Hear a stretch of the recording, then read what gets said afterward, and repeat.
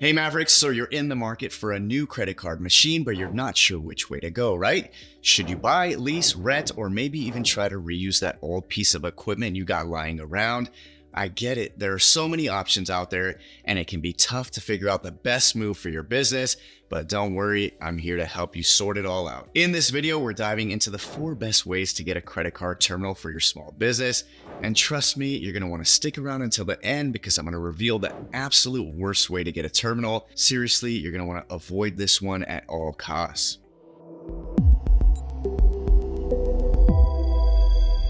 All right, let's kick things off with the easiest option, buying your terminal outright. If you want to keep things simple, buying your terminal is usually the best way to go. I recommend purchasing directly from your credit card processor whenever possible. Why? Because it'll come pre-programmed to work smoothly with their processing network, and you might even get a warranty or insurance plan to protect your investment. Now, if you love a good deal, you might find a lower price by buying from a third party. But here's the thing, you'll need to get the terminal reprogrammed to work with your provider. Some providers do this for free, but others might charge you up to $100 per terminal. So definitely keep that in mind before you make a purchase. And don't forget, not all terminals work with every provider, so double check that your new terminal is compatible with your processor's network. Option 2, reusing your existing terminal. Got a terminal from a previous provider? Why not give it another go? Reusing your old equipment is often the most budget-friendly option. Just make sure to check with your new provider to confirm that it's compatible and that they can reprogram it for you. Reprogramming is just a fancy way of saying they'll install new software on your terminal so you can use it with their network. You can either have a sales rep do it in person, or you might need to ship your terminal to your provider for servicing. This usually costs around $100 per machine, but some providers might do it for free if they're feeling generous. A quick note though, if you have a Clover credit card machine, unfortunately those cannot be reprogrammed to work with a different processor. Just something to keep in mind. Number 3, financing. Get a loan. If buying your equipment outright feels a bit too expensive, financing it with a small business loan or a merchant cash advance could be a good option. This is especially useful if you're just starting out and need multiple terminals right away. Yes, you are going to pay some interest, but in the end, it might be cheaper than some other worse options out there, and I'll get to that by the way.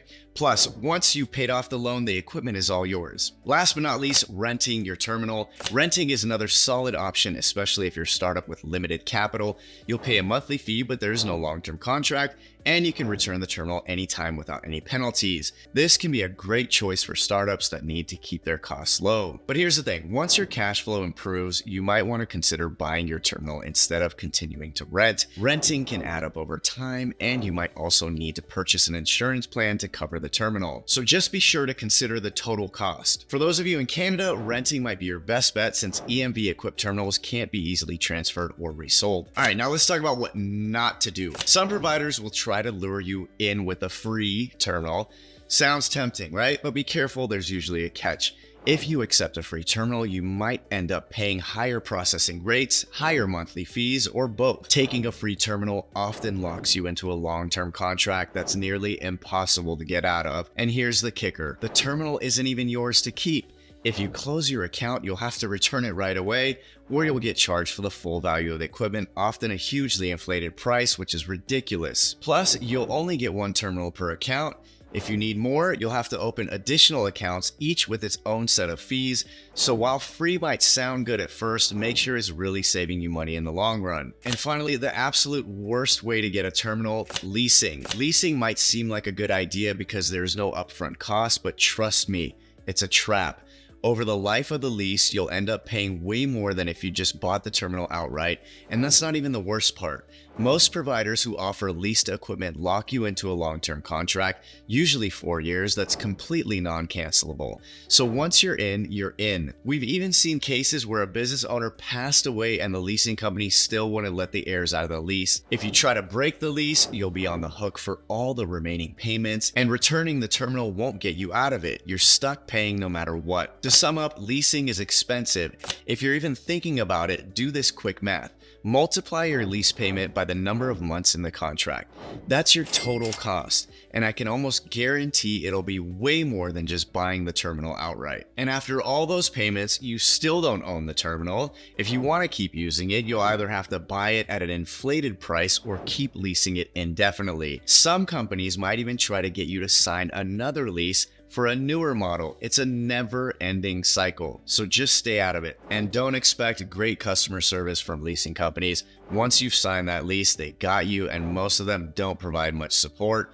Sure, you might get insurance or upgrades, but good luck getting any real help if something goes wrong. So to sum up, buying your terminal outright is usually your best bet, unless you're in Canada. If you already have a terminal that can be reprogrammed, that's another great option. And if buying isn't an option right now, renting or financing is way better than leasing. Just promise me you will not lease your equipment, okay? I hope this video helped clear things up. If you want more details, check out our full blog post on getting a credit card machine, linked in the description below. And don't forget to hit that subscribe button if you haven't already. Till next time, Mavericks.